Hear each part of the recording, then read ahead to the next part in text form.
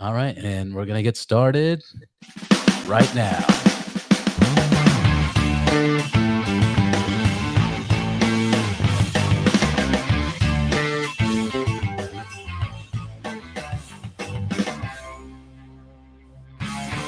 And we're live, Mookie. Thank you for being on here. How are you doing, brother? I'm doing well. How about yourself? I'm doing wonderful, man. I got a lot of questions ever since I did the training with you. I think in Willow Springs. What was it, like 2 months ago? Yeah, about that. How often? First of all, how often do you train? Do you train people?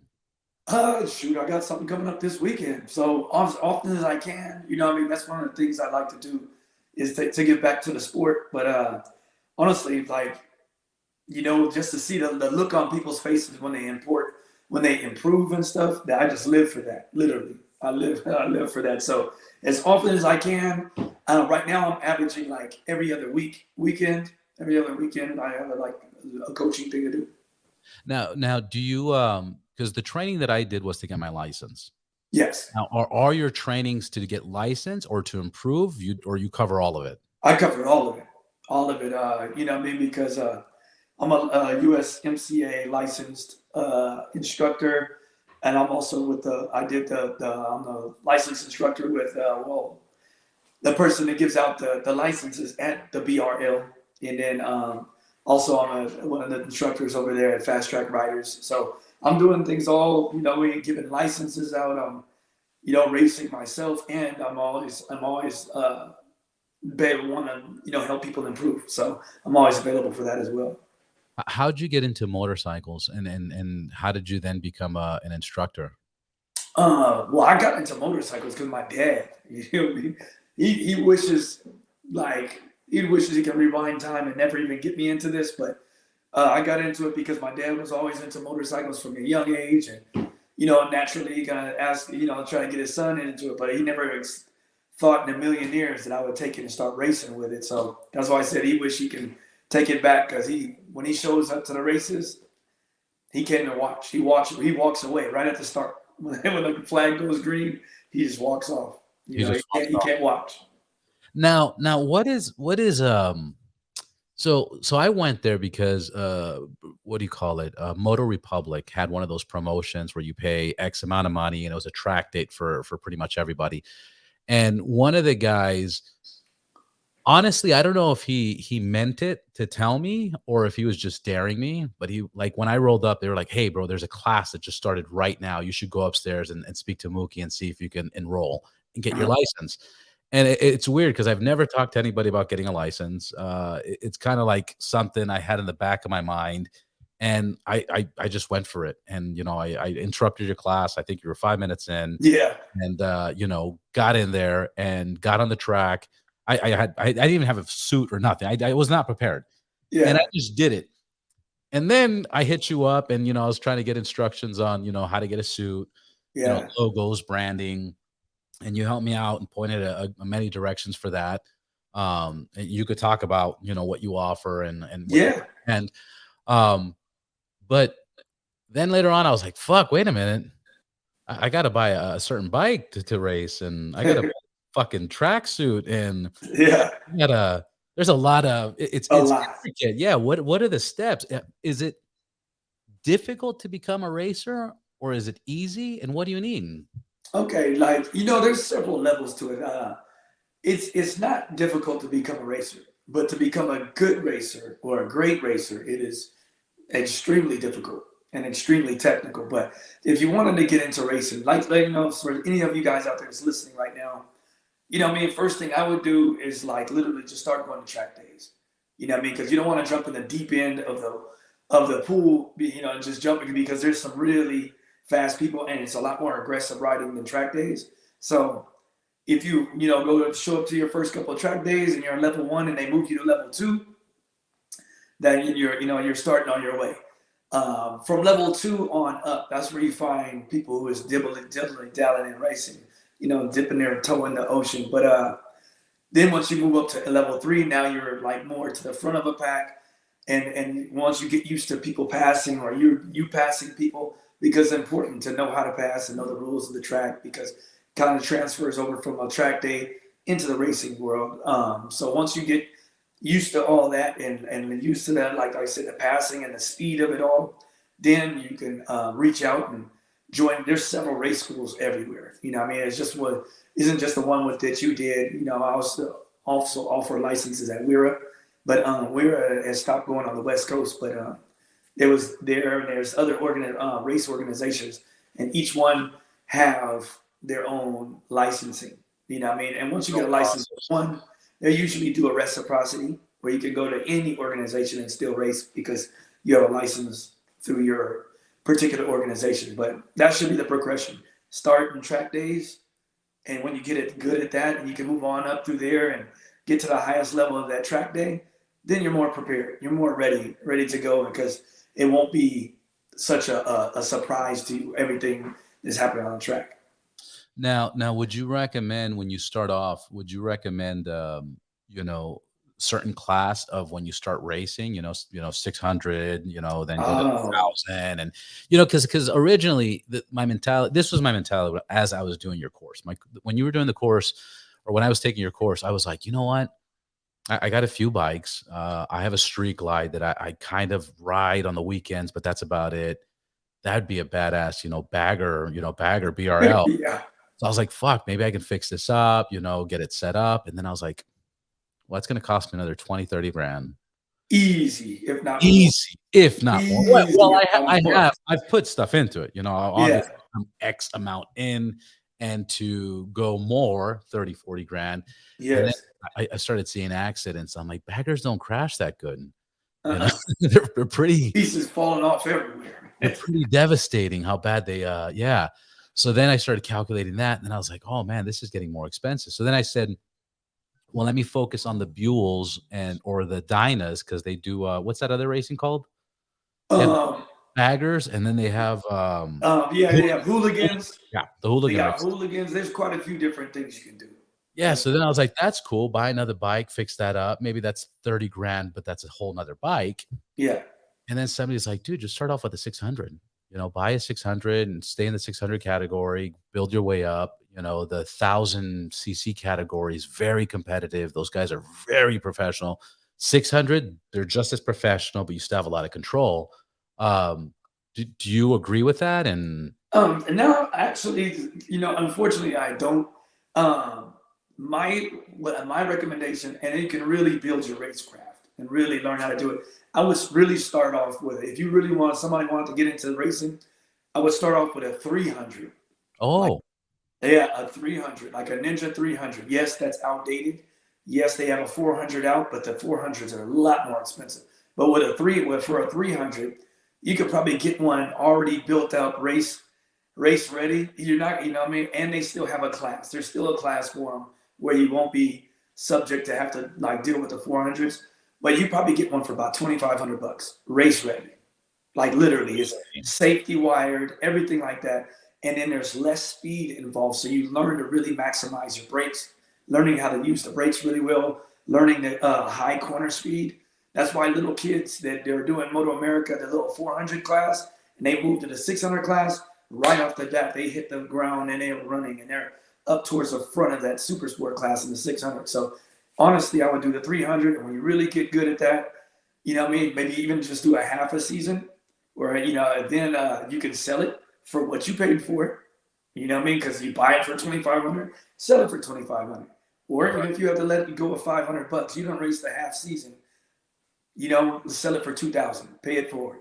And you've only lost 500, and now you got a whole bunch of racecraft. Now you buy yourself a 400.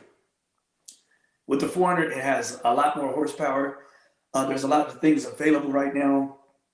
You can get them like they can go from anywhere between like 5,500 on up to people selling them for 14,000. So, but like the 14,000, that's like top of the line. Everything is on it. But like that bike is incredible. Like literally, it's incredible. I have an R3 that I'm gonna put on the track this weekend. I'm gonna put it on the track this weekend and go fiddle around in the 300 class, mess around in the 300 class. But once you do that, now you're further developing now with a little bit more power, and then people go up the next class up is the twins class, and that's where you can find hooligan type stuff. If you want to go to that American muscle type, machinery and it's, they get away from the Japanese. That's where it splits. You know what I mean? You can do a hooligan or you can do the soft tail, I think they call it. Well, they do something, you know what I mean? But you can get in that one, and that's not as powerful or as competitive as some of the other ones, but it's still a lot going It's in on. its But own level. yeah, but this, like I say, if you stick with the Japanese type stuff, you know, either SV 650s, they have the new Yamaha R7, those, and then you have that RS 660 by Aprilia. All those bikes have been incredible. Like, you know what I mean? And I rode a 660. I've been helping test um, the 660 with for a couple of my friends that have them, and they want to, and they're already racing them, but they want to like further develop the bike. So I've been helping them test and work out their geometry. That bike is almost as fast as a 600. Like they are like, it was a surprise to me.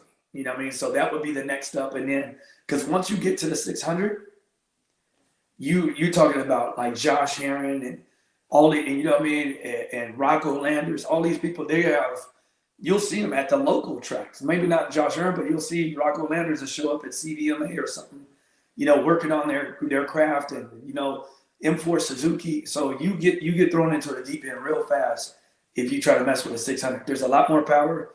You can get thrown off the bike a lot easier. You have to really know what you're doing. You know what I mean? Dialing in traction control, making sure your suspension is right. So I would literally recommend starting from 300, go 400, and then like 650, because the potential, you know, for you to get hurt it gets pretty high. As Now, you is it? Would you say riding a track is more dangerous than riding on the street, or would you say the opposite? Riding I the would say riding on the street is incredibly dangerous. I'm so scared. I haven't ridden on the street since 2004. You know what I yeah, mean? The last time I got hit, as I was going through the air, I was thinking like, I'm never doing this again. Before I even hit the ground, I was like, I'm done. I'm not riding on the street anymore. I didn't race at that time, and that's what got me into racing. You know what I mean? So I went from falling in the ground, and I was like, that's it. I'm never gonna ride another motorcycle, to racing karts. You know, I'm bought go karts, yeah. and those things is, you know, insanely fast and stuff too. But then I got introduced into mini racing. Many people start with that. They like go to mini before the 300s. You can get like a CRF 150 or CRF 100, or they have like mini classes that race on kart tracks. And now you're talking about spending just, you know, a couple, you know, less than $1,000, like around $1,000 a year in tires, and that's it. Like it's a real cheap way to get into racing and get yourself set, have fun. Then you move to the big tracks, you know. So if you wanted to start from, because if you want to start from that level, there's a lot of top level pros out there. You've heard of Tiny Elias. He was a world champion racer. He won the Moto 2, the very first Moto 2 world championship. He's out there all the time on these little kart tracks. So I have kart track bikes in the garage right now. I'm always training people at the kart tracks. So it's a great way to train. I don't care if you're Rossi. He's at the kart tracks all the time. All of his little VR46 camp, they're at the kart tracks training. You saw Mark Marquez when he was getting his shoulder fixed, his first ride back from the shoulder getting fixed. He was at a kart track. You know what I mean? So there's lots of ways to get into this race thing, but I would really learn your race craft. It's safer, and you'll be a lot better when you get into it. You know, you could just jump right in, buy a 1000, you just be in the back for a long time and be afraid Oh of yeah, your for a long time. You know what I mean? So it's yeah, best to work your way into it. yeah. It's interesting because I've only been on the track. Shit, I've only been to the track a couple times. Yeah. The first time I was at the track was at Chuckwalla Um, when they did that Harley Davidson thing. So the BRL became a little bit more popular, and they were saying, "Hey, man, there's this event for Harley Davidsons to go out there." And when I went out there, like, I fucking loved it, and I don't wanna talk shit, but I killed it. And yeah. and then the second time was with you at Willow Springs, Yeah. and same thing, I was on a big ass GSA, you know, Yep.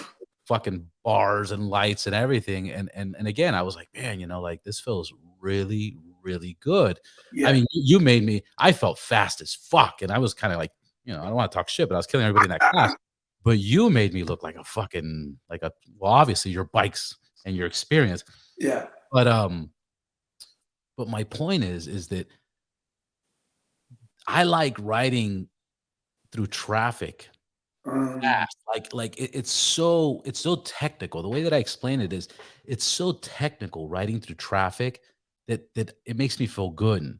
And when I uh, went on the track, I was like, "Oh man, okay, once I get these turns, like when you were explaining the turns and the fuck, the what's way the you enter, yeah, the way you way you enter enter, the way turns, you exit, the way you lean, yeah. getting used to your braking, getting used to what's the big word when you're coming in? Uh, Besides entry, well, yeah, like trail breaking. trail breaking. When we got into all that technical stuff, I was like, "Fuck, if I figure this out, getting through people was technical." And I felt very comfortable at that. Now I just need to master the track, and that's Mhm. what you were teaching. I was like, "Dude, I really wanna do this," you know?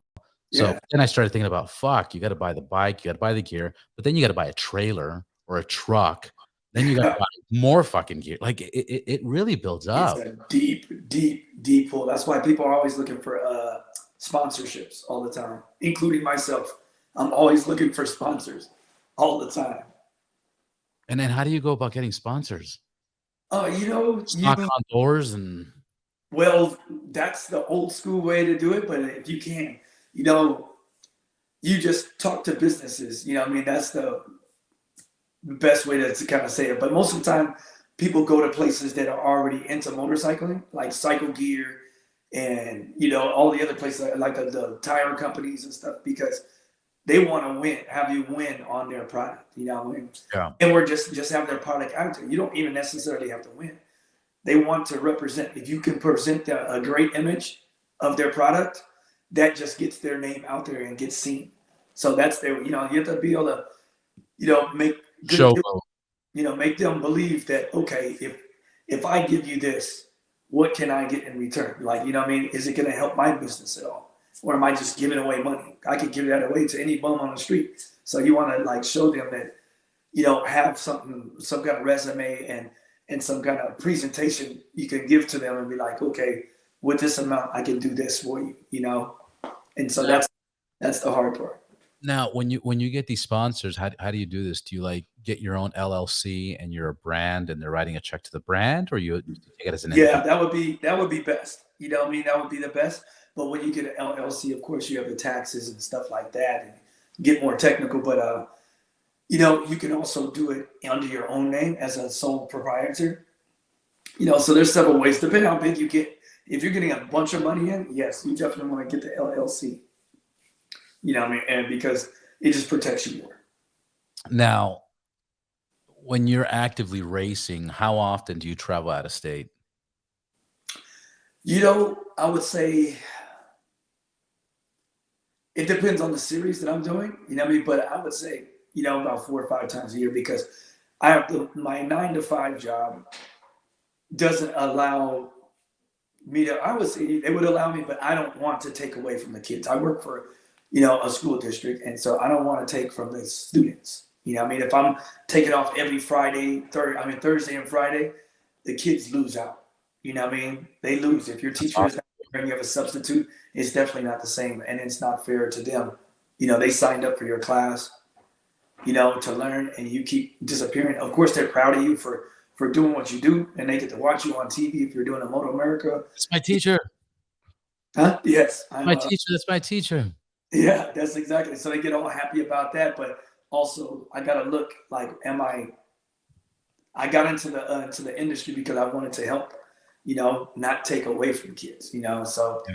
I try not to take days off as least amount possible. And may I ask what your setup is when you do travel? Do you have, like, a pickup truck or a trailer or a camper? Yeah. If it's a small local event or something where I'm just doing a practice or training somebody, I will be in a van. I have a van, and that's the best setup if anybody can get is a Sprinter van. You know what I mean? One of those high things because you can stand straight up in it. I have a regular van, and so I'm bent over, complaining and saying choice words as I'm trying to get it locked in. So get a Sprinter van. They're a lot more expensive, but you'll be happier. You know, I mean, I got a good price on my van, but I wish I had a Sprinter van. You know, but I do have a van and I have a 16-foot trailer. You know what I mean, which fits as many bikes in as I need. You can put all your canopies and everything like that in it. So it's just a one big race setup. And when you get there, you put your canopies out, you know what I mean? And you want to make your pit look really good. You know what I mean? That's the thing, to make it look nice. I put the carpeting down and everything like that. So, because once again, for the sponsors, if they see that and you post some pictures, your pit looks nice and everybody else's doesn't, they're like, okay, well, I want to be a part of that. I want to be represented right. Yes, exactly. Actually, man, I think I'm gonna regret talking to you, man, because it sounds exciting as hell. And then you usually show up a day before, you camp out, Yeah. but or maybe even 2 days before, right? You know, So what's the schedule? My schedule is. I just noticed I only got 2%. Can I get a 30-second break real quick? Yeah, of course. So I'm gonna grab the charger real fast, man. I'm sorry. No problem, I apologize. Man, he's gonna make me spend money, and I'm gonna want to get another bike, and then I'm gonna want a Sprinter van.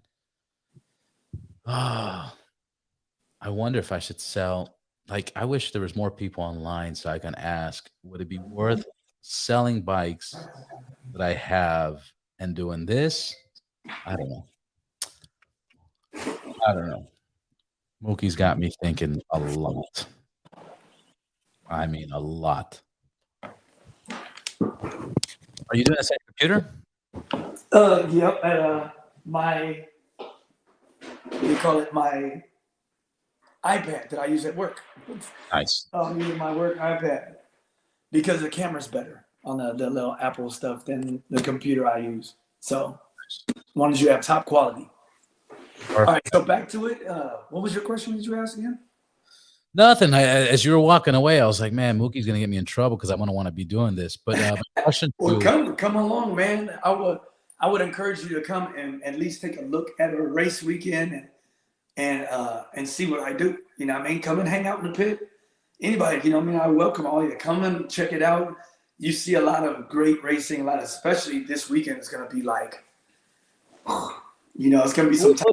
What's going on this weekend? What tell me the event, what you're doing, what people can expect, where they can see it, who's invited. Yeah, well, everyone's invited. It's at Chuckwalla. I'm new at this series, the CVMA series. You can look it up, Chuckwalla Racing or CVMA Racing. You'll see from the 300s that I was talking about, some 300s, you'll see 400s, you'll see the 600 races, you'll see the twins class, you see 1000s, and you see some big names. If you never got a chance to go to a Moto America event before, quite a few of them would be out here because it's the off season for everybody, but they want to stay sharp. So you quite likely to see M4 Suzuki where some of the riders from. All right, they might not bring the truck, but you'll see them out in the 600s. You know what I mean? Super sport, and they're giving away big money out there. So that's why everybody's doing it, to try to make a little bit. To keep their programs going. But it's big fun, and if they even have these little huts out there where you can rent, these little apartments, and so you can stay for 2 days, just rent them. They're like $140 a night or something like villas and stuff. Oh, you know what? Hold on. Sorry about that. That was weird. It happens. The more and more you do this, you're like, well, shit happens, power cuts out, batteries almost end. Yeah. Whatever. But okay, so here's my question. Let's say, well, first of all, we were talking about what's happening this week. What's happening this week? Who's invited? Who can go? How much is it? Is it free? Is it to the public? Is it tickets? And what people can expect? Yeah, it's this weekend. It's on. Well, practice is Friday. Saturday is racing. Sunday is racing. It's at Chuckwalla Valley Raceway out there in Desert Center. They call it Desert Center. It's just past Indio. It's out there. Way down. Yep, it's past Indio, past Coachella. I feel like the next thing is like Mexico after that. Once you go there, it's Yeah, like, I "Ah, would. that's Mexico." Yeah, That's what I feel. I'm, you know, yeah. The next thing is Mars. You'll be right. good. No, Mars is the next. Saturn, you know, yeah, it's far. But and I think it's $10 to get in. You know what I mean? It's open. You can walk all through the pits and stuff like that because it's a even though you see pros there, it's a non-pro event. So like you can come in, you just pay to get in. That's it. You pay, you go, you enjoy it. You know, what I mean, you can go. You know, but like I said, it's in Desert Center. It's a place called Chuckwalla Valley Raceway. See, and then the race organization is CVMA. You'll see all the levels of right. You know, you'll see the 300s, 400s, the 650s, what they call the twins, and then you'll see the 600s, and you'll see 1000s. You know, so and you'll see some pretty dang fast people. You'll see some really good uh, close racing. You know what I mean? It's exciting, and you can actually be really close, closer than you can in Moto America. Like you can get really right up on the wall, really close to it. So, and you'll be able to talk to people. You know what I mean? There's no red tape. Well, don't go in this area. So you can really talk to people and figure and talk to them about, okay, well, how did you get into this? Or what do you do? What is your preparation? You can just literally talk to the folks. You know, there's like if there's some slow people and there's some fast people. You know, you get a little bit of every level, and you know that's what got me going. I was like, I think I can do this. You know, the first time I ever saw a race, I was in Georgia at Road Atlanta, and I was like, this is awesome. I think I can beat that dude though. You know, so from then on, I just started working towards it. Yeah, I was talking to somebody. I had him on the podcast about he was racing, and I was like, "What do you like better, the street or the track?" He's like, "I don't have a motorcycle license. I've never even ridden on the street." I was like, "What?" And now you're like since 2010, and I'm 2004. 2004, I haven't ridden on the street since 2004. and here I'm thinking like, oh, like 20 years. Like right now, look, check this out. On the Streak Glide, I have 11,000 miles, and I Uh, bought it 2 years ago, 2020. And then the BMW, I bought it in 2020, and that one has 27,000 miles. And I bought these bikes with 0 miles. So yeah, just with those 2 bikes, I have, almost 40,000 miles in 2 years. Um, I haven't been on any trip that's just LA traffic. That's just, yeah. San Wow. Diego, this traffic, 405, 101, splitting lanes, downtown LA. Yeah, And I'm like, "Man, this is a lot of fucking experience." Like, I never thought about it like that until I went to the track, and I was like, "Dude, this is a lot of fucking experience." Like, I can visualize stuff on the track, and I'm like, "Yeah, like, I am kinda technical in a sense of, like, passing through and getting in between." And I'm talking about you saw the BMW. When yeah, I put the bags on, it is so wide. yes. And I gotta calculate between what cars am I gonna go through and the height Hmm. of people's rearview mirrors, and if I go at this angle and a truck and my handlebar ba hand like, I'm like, "Dude, I think I wanna go race," you Yeah, know? And it kinda goes with my podcast, Ride Boundless, like, I don't know, man. yeah. I don't know. You really fucked me up with your class, dude. You really Well, messed me up with that. I have a bike you can borrow. I would love to have you down at Fast Track, at the racetrack in Fontana. I'll let you use one of my bikes. You know what I mean? And just take my class down there. You'll have a lot of fun, and just to get your feet, get further into it.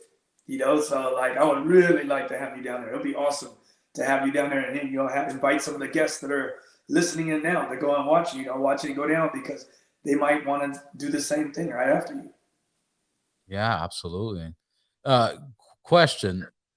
Let's say one of my bikes is paid off. Now, Uh, hypothetically say one of the bikes is paid off, and I came up to you, and we're bros. We're bros for like few years now, and I mhm. go, Mookie, I think I want to do this, man. You think it's worth me selling my bike and getting like a down payment on a Sprinter? You obviously I want to do it right. You know, Yeah, get a fucking Sprinter and maybe buy a 600 because I don't, 300, and then I don't want to upgrade in like 6 months and be like, oh my yeah, god, 'cause, that's usually what people happens with bikes. People buy a yeah, bike and within a few months, like, oh man, I outgrew it. I want ABS, I want traction control, whatever the case is. yeah, yeah, yeah. Like, would that make sense? It Of would course, make you would say yes. Yeah. it would definitely make sense. But Yeah. I wouldn't sell and just start spending frivolously. I wouldn't do that. I would literally okay, calculate it, save some money on the side because you never know if your motor breaks down. That Mm. cost. So you need to have a little emergency fund on the side. You know what I mean? So get yourself a trailer. Like maybe you ain't. I mean, if you have it, because some people just got that kind of money. Well, hey, I'm gonna buy a Sprinter and buy a trailer with it. This if you got it like that, yes, it's a very nice investment. You can use it for other things. Once you buy a Sprinter, you be like, well, I'm gonna use it for this, use it for that as well. Because just like if you go and get a truck, because like a Raptor, next thing you know, you got a refrigerator in the back of that thing. I gotta, so it's multi-purpose, but like a Sprinter van is just incredible to me. I'm jealous of everybody who has one. No, they're fucking incredible. But Yeah, the reason I know so much about the Sprinters is because I was looking at the camper ones, and I yeah. was like, well, the Ride Boundless podcast can go ride boundless throughout the country, 1 month out of the year, and I could just do podcasts all over the place. That Absolutely. was one reason. Then now I'm like, oh, the racing thing. Well, there's another reason. Mhm.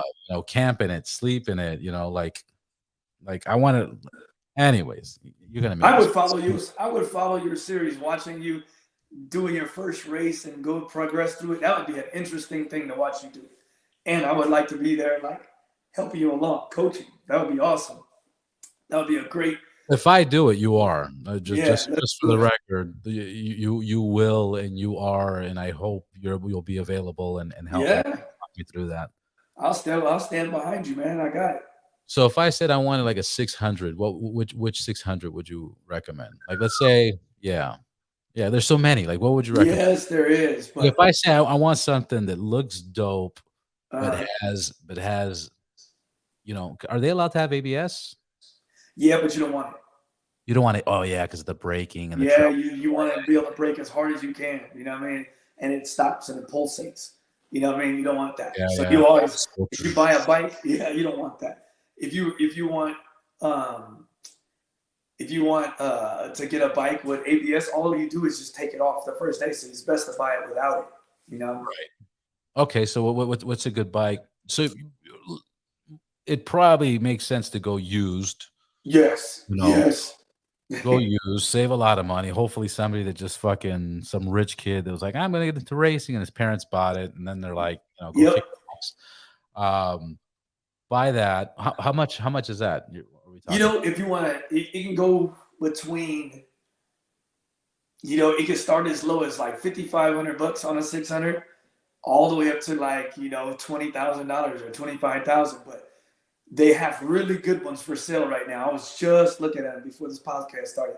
They're going for the best bike to me, in my opinion. And if you look at World Super Sport and American, what I mean, the Moto America, every series, the Yamaha 600 always is like up there.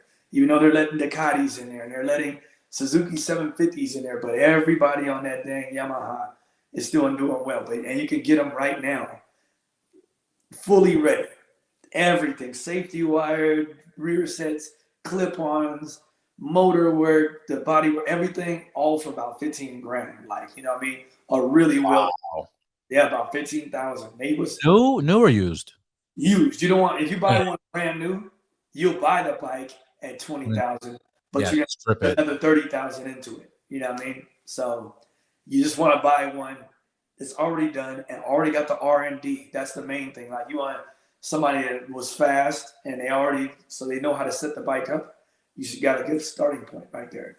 So I would do that. And so best thing to do is get the Yamaha.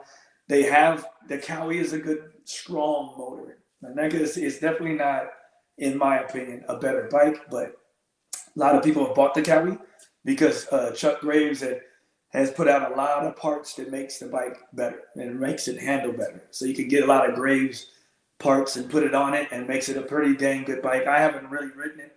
Um, I rode one quite a few years ago in stock trim and I liked it, but never in a race trim. I gotta, but the Yamaha is proven to be a great bike. But I think all the bikes are good these days. I think literally all of them. The technology has gone crazy. How much, how much would you say it's I mean, I kind of know the answer to this, but let's see if you could put it in percentage perspective. Rider versus machine. You know, like how much is it? Like if I let's say I put you on an older 600 and you're badass, obviously, but I'm like on a fucking $40,000 Ducati or some sort of Yeah. spaceship with fucking insane power. Nah, you'll get whooped. I'm sure. it's it's it's all rider. I can fully on say, I even agree. though I raced out 100% done right 600, if you put Marquez on a 650, which is slower stock, he probably can give me a good run for my money. You know what I mean? If not beat me. So it's not in all of how much money you put in, because I with my little 300, I walk 1000s all day. All day I whoop them on the track, and there's nothing they can do about it. I have 34 horsepower. They have almost 200, and it's just like I'm bringing a little pencil to a gunfight, not even a knife, a pencil, and I still got you. I still whoop you, because it's all about rider skill, to know how to use the brakes, doing everything properly, understand why you're going fast. Some people go fast, but they hit a ceiling because they don't understand fully what's making them go that fast. What are they doing on the bike? Are they actually understanding what the tire is doing and reading what the suspension is doing while they're in there?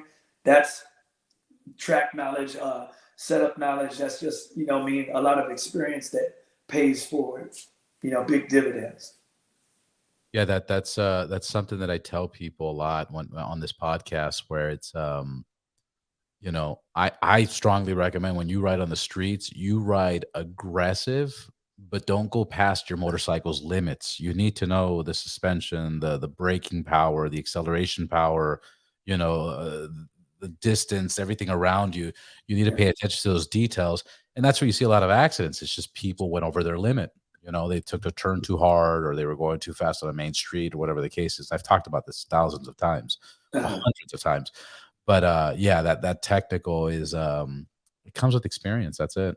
Yeah. The only thing you could recommend is, like, take more training classes and practice, practice, practice, practice. Yeah. Get out there and ride. Just get out and ride. I've seen people who've been 2 years ago were like, man, why are you even riding? To like now they're like big time. You know what I mean? They're podium in Moto America kind of thing. You know what I mean? Like, man. So, and that's just, they just through repetition, through a lot of riding, a lot of coaching. You know what I mean? Coaching never hurts, So, and in 2 years, like I said, they've gone from nothing to being somebody big.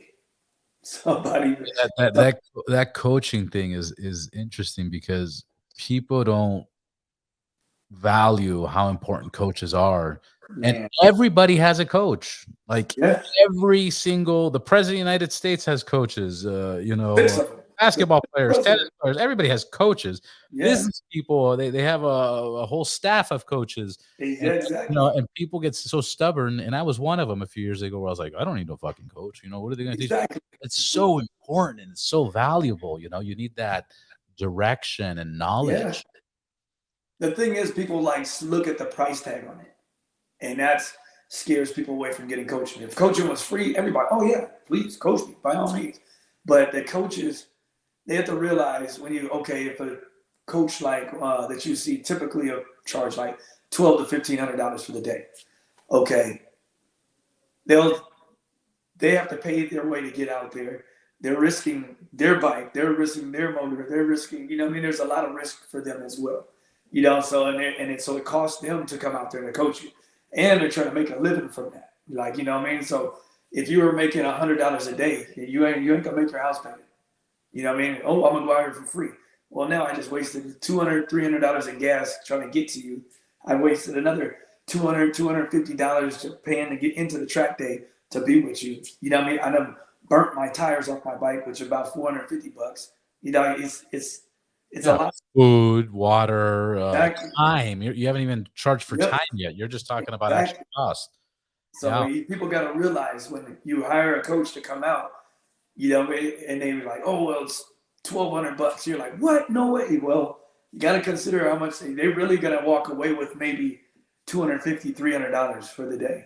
You know what I mean? So For so you so obviously you do coaching. Do you yeah, do like, for example, like online coaching? Like you say, you know what? I'll coach you. We'll go over the basics. You know, I charge X amount for like an hour or two on a live conference call like this. Do you do stuff like that, or do you offer I options? haven't, but that's a new avenue. That's something I never even thought about. Yeah, you see. So much, because you can do that. If somebody had like GoPro footage, Yeah. you could kind, you know what I mean. You can kind of go over it with them. So that is a way, but there's nothing better than No, no, 100%. yeah on the job training. But it don't put the if somebody was in another country or something, and they call you like, No, what no, kind? fuck that. I'm talking about right now, you know, like, $1,200. I can't afford that. I just spent, Exactly. 14 on a suit. I just spent this on the bike. I spent this. Yep. I should have accounted for that, but I didn't. So now what are my options? Do you offer another choice? Nope. Yeah. It's $1,200. Oh, fuck, man. Now I gotta go on Yeah. YouTube. Now I gotta go on YouTube. Yeah. But now you could be like, well, if you subscribe for a small fee of, $99 a month, Yeah. 12-month requirement, you'll have access to these training videos. And dude, you got to start training videos, like the basics. Dude, I will. Kind of like the stuff that you think about. Here, this is why we're having this conversation. Um Imagine, you're gonna spend money on your production, right? Yes. Maybe not, but you get your cameras, and basically, like, when I took your course, you're gonna have what you're teaching on the board, but you're Yeah. teaching that over and over and over and over and over and over again, right? So you make a nice, HD video explaining Yeah. that, and Yeah. now you say, "Look, I charge $1,200 if you wanna spend the day with me. That's for me to get out, blah, blah, blah," but you gotta have a breakdown. I think when people the way you're explaining it is awesome, but if you have a breakdown of, what's going on, Yeah. people will appreciate it. The other option is you can subscribe to the videos, and I'll give you access, and you'll learn everything that you would learn in the classroom, and then for only $500, when you're Yeah. ready to come out, we'll just go over it'll be like a half day or Yeah. day, Yeah. and you Yeah. knock stuff out, and then Yeah. people can go over those videos because, excuse me, there are so many things that I would love to revisit that Yes. you taught in the class. Yes. Like, there's stuff when you were talking about apex and turning, and you Yeah. know, like, it's a whole day of class just Yeah. online, and then you could even do an online class and have and pre-recorded videos. Yeah. Oh, dude. That's a great thing. I mean, you're like making my wheels turn in my head. Like, maybe we can work together on something like that. I was thinking, I like right now, I just launched my website, and I'm Yeah. starting to do that booking thing, where people can book because it puts it on the calendar and it's Yeah. sent Yeah. Yeah. out, and there's merchandise there, and I'm like, all right, I got this website down. Now I'm thinking, oh man, if I can make Mookie a website and then have the videos, and we do the online classes and Yes. no man, And I'm in there with you, man. I'm in there with you. That sounds good. Like, that's like excellent. bring the Excellent. cameras. Fuck, man. You see, that's gonna be a whole. That's how I'm gonna pay to get into this racing. There you go. Let the racing pay for it. Yeah. um. All right, racing. Okay, so let's say I bought the bike. I'm set up. I have my license. How easy is it to get into a race? What? Once you do that, you can just look up the organization, say, because you came with the baggage. So let's talk about the BRL. You can just go online, you sign up. They check you if you have your license, and you pick the classes that your bike fits into. If you look at the CVMA site, it actually has it to where you click on what size bike you have, and it shows you all the different classes that bike fits in. I just saw that for the first time, and I was like, "Oh, that's pretty interesting." So what that's site is that? huh? What Oh, site is it? CDMA racing website. Okay. I don't know the exact. It's like cdmaracing.com, something like that. But you can easily Google it and find it. But once you go on there, like I said, once you start registering, you register for the races that your bike fits in, and then when you get there, either you sign up for the track day before, so you can do your practices and stuff. And when you get there in the morning, if you don't do the practice day before, you'll get there in the morning. You always got to go through tech, just like if you're at a track day. You go in, you register, make sure you're registered. If you have to pay, you pay right then. You bring your bike over, make sure that the officials tech your bike, make sure everything is not leaking or everything is in the right place. You go back to your tire, pit, put your tire warmers and stuff on, and get ready to go. Usually they have a writers meeting at about an hour before they start the whole thing. So you'll go listen to how they do the flags, because sometime from time to time it'll be different. And they'll go over the race procedures. Okay, well, we have lights, or we just use a flagger. So you get all the little things there. They usually tell you about your grid sheets, and if they're going to be combining different races, to save time or whatever. But you show up, get your bike teched, go to the riders meeting, then you go out for practice. They'll have like a 1 to 2 practice sessions to get yourself warmed up for the races. You'll check the grids on the wall. They always have them posted, or sometimes they be digital, because that's happening more and more. It's all digital. You check where you're supposed to be. You go up and line up when it's your turn, and you're away you go. That's dope. That's dope. I can't stop thinking about doing a collaboration on Yes, me too. Me too. when you get a chance, play with my website a little bit. Okay. Like I just launched it. It's brand new, but like I think there's a lot of elements there that would help your business more than mine. Obviously I got to grow mine, but like, there's groups, so you can join the group via, and try joining the group. You'll see that you can join either by Facebook or Uh, Google, because not a uh, lot of people don't have Facebook nowadays. Um, you can have members. You can have merchandise, which you have your merchandise and you have your stuff that you work with. mhm. You have classes, online classes. You have streaming videos.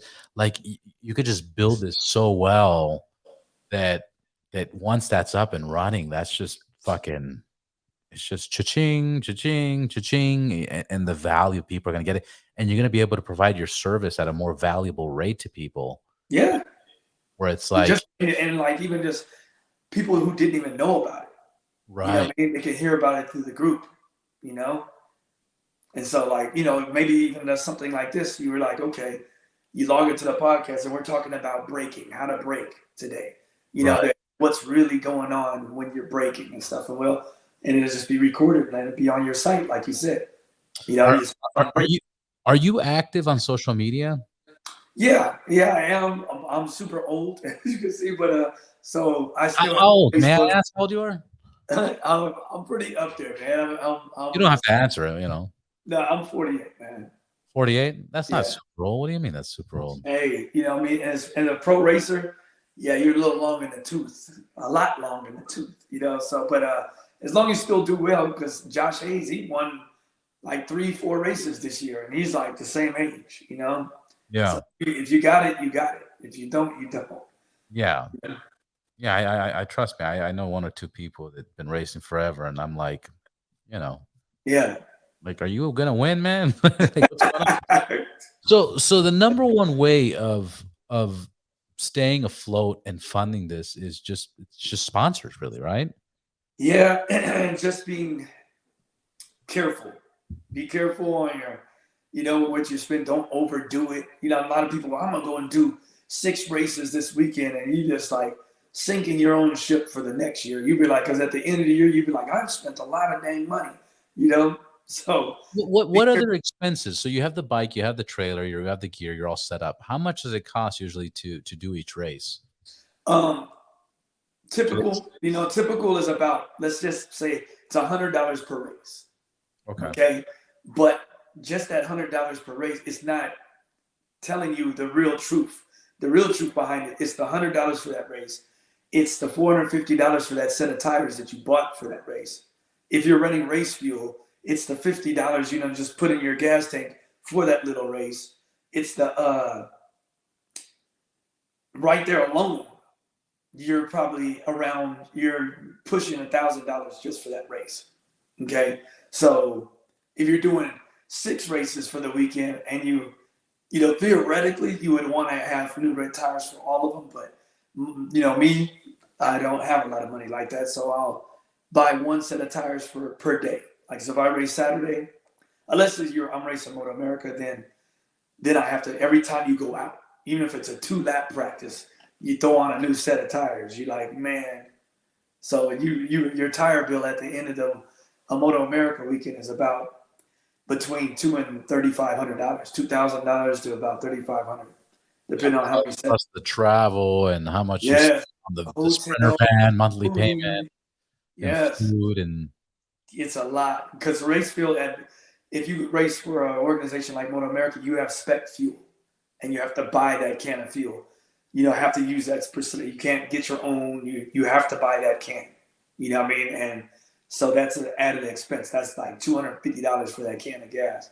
You know what I mean? And you need two of them. You won't use all of it, but you need two of them. But so how do you sell the sponsor packages to your sponsor? You say, hey man, sponsor. You get like 5 companies, and you go, hey man, sponsor me for X amount. I'm gonna do 2 races this weekend. uh, But I'm gonna do 6 this weekend, so I'm gonna charge you more. Does it oh make a difference, or is it per? no, they won't. They won't look at it like that. They'll like look at it as let's say I have a company. I've approached them, and they have a software company. Say if it's a software company, I'll be like, hey, I mean, you're an up and coming company. You have a great product.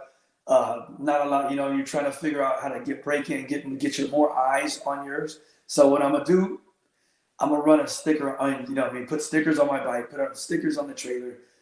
So you have instead of paying $50,000 for this billboard on the freeway that people drive by real fast and just miss it. You know what I mean? It's going to be a rolling billboard all through the whole year. You know what I mean? So, and then if you have an event, I'll go and set up my canopies and bring the bike, and I'll do social media and say, hey, come on out, check us out. I'm gonna be at this location with this software company, and people like bikes. Kids might be following you, or some adults might be following you, so they'd be like, okay, I'm gonna show up. Now they'd be like, oh, I didn't know you was with this software company. Now they're like wondering, well, what kind of software do they have?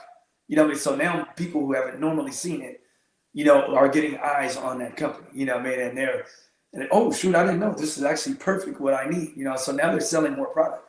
If you go, I And, like, and you're a walking billboard because yes, now that's you're a learning about walking the billboard. product, Yes, and you're promoting the product. Interesting. constantly. And so like I like to go to places like pizza places, like a pizza company. Say if Rob's Pizza. Okay, not a lot of people going there, but okay, now I'm gonna approach them like, look, you sponsor me for X amount of money, or buy a couple, sets of tires for these 2 rounds. I'll go and set up, or I'll have all my meetings there at your place. So now, as people coming, they'll be like, oh, we're gonna have a meeting here. You're gonna sell a bunch of pizzas because we're having a meeting there. So now people are like, this is good pizza. I didn't know. I'm gonna bring my family here. When we're not having meetings, so then it grows their business. So that's how you have to approach it. Well, that's how I approach it. That's my secret. I approach them showing, okay, this is what I can do for you. I'm not just gonna run a sticker on my bike because that's what everybody says. What I mean? Unfortunately, I'm not talking mess about anybody else, but when people in World Super Sport, they have all those sponsor stickers all over their bike, and when they win, they say, I would like to thank all my sponsors. Okay, well, who are those sponsors? And what do you do? Even if you do, I would like to thank Alpine Stars. Okay, people, that's it.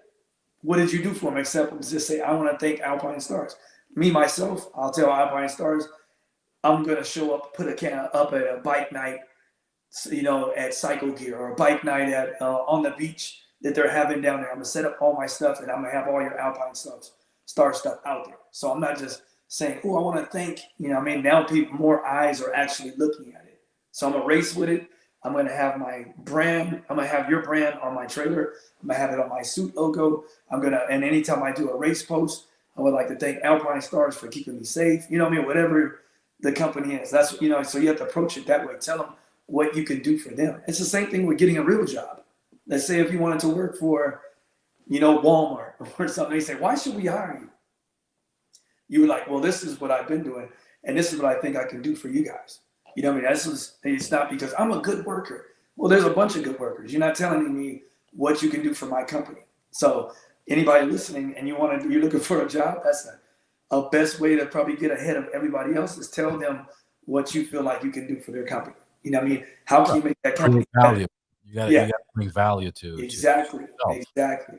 You know, And that value is you know, yes, 'cause yes, you're like, "I'm the fastest boxer putter awayer." Well, it's like, there's a lot of yeah, good boxer putter awayers, but, "Oh, I'm the most caring and yeah. alphabetical order box organizer." It's like, "Oh, that's" Okay, that's different. You know, there you go. so you create a lot of value for your packages. Exactly. So that's how I suggest people go for more sponsorships. You know, I mean, and not just say, "Well, I'm gonna run a sticker on the bike." Tell them what you can do for them. You know, show them that this is how much media coverage.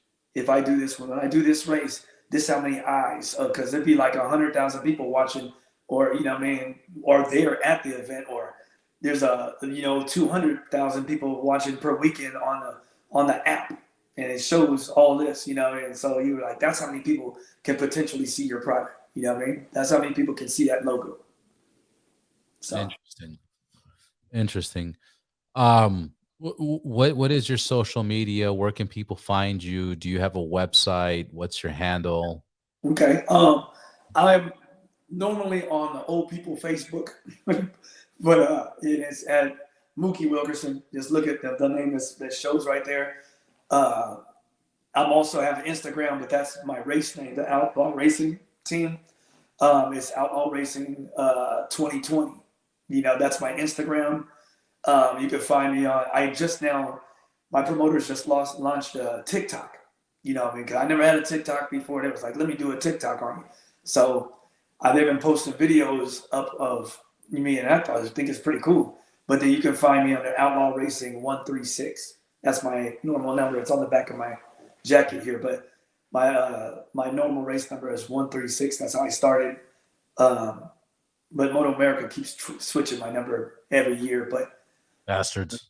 Just I wish kidding. I could say somebody stole my 36 this year, so whatever.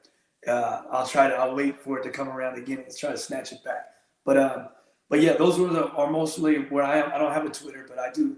Like I say, again, it's on Facebook. It's just Mookie Wilkerson. You know what I mean? On Instagram, it's Outlaw Racing 2020, and on TikTok, it's Outlaw Racing 136. It's my number. Mookie, thank you very much. I'm gonna stop this. We got a good hour. Okay. I have to edit it with the other one, which is not a big deal. I appreciate your time. I appreciate you explaining all this. I look forward to having you back on the podcast. Yeah. I hope this brings, fans and more interest into the motorcycle world. I Uh, hope so too. yeah. I So hope this starts our little team. I want to be here, help yeah, you get started, and we just record the whole thing of you growing into a pro racer. yeah, that'd be fucking amazing. Yeah, no, exactly, and that's why I was gonna say I was gonna end this, but let's stay on the line because Okay. that's interesting. That's it. Okay. All right. Well, Well, thank you for having me, man. I appreciate it. not a problem. Okay, I'm happy we figured it out.